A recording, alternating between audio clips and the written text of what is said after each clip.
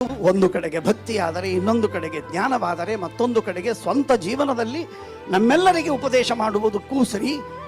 ಅಂಥ ಉತ್ತಮವಾದ ಮಟ್ಟದಲ್ಲಿ ವೈರಾಗ್ಯ, ನಾನಾ ವಿಧವಾದ ಮಟ್ಟದಲ್ಲಿ ವೈರಾಗ್ಯ. ಅದನ್ನೆಲ್ಲ ವಿವರಣೆ ಮಾಡಲಿಕ್ಕೆ ಹೋಗುವುದಿಲ್ಲ ನಾನು. ಅದೇ ರೀತಿ ಸಾಧನೆ ಅರ್ಥಾತ್ ಭಗವಂತನ ಧ್ಯಾನ, ನಿರಂತರವಾಗಿ ಜಪಾದಿ ಸಾಧನೆಗಳನ್ನು ಮಾಡುವುದು, ಪಾರಾಯಣವನ್ನು ಮಾಡುವುದು. ಮುದ್ರಾಧಾರಣ ಮಾಡುವುದಕ್ಕೆ 300 ಜನ ಸೇರಿದ್ದಾರೆ ಅಂತಂದ್ರೆ ಮುಗಿದೋಯ್ತು. ಹೌದು, ಬಾಯಲ್ಲಿ ಪಾರಾಯಣ ಆಗಲೇಬೇಕು. ಪಾರಾಯಣ ಮಾಡ್ತಾ ಮುದ್ರಾಧಾರಣೆ ಮಾಡ್ತಾರೆ. ಯಾಕೆ ಅಷ್ಟು ಕಾಲವನ್ನು ಹರಣ ಮಾಡೋದು? ಇದು ಎಲ್ಲದರ ಜೊತೆಗೆ ಕರುಣೆ. ಒಬ್ಬ ಅತ್ಯಂತ ಸಾಮಾನ್ಯ ವ್ಯಕ್ತಿ, ಅವನಿಗೆ ವಿದ್ಯೆಯೂ ಇರಲಿಕ್ಕಿಲ್ಲ, ಹಣವೂ ಇರಲಿಕ್ಕಿಲ್ಲ, ಯಾವ ರೀತಿಯಿಂದಲೂ ಅವನು.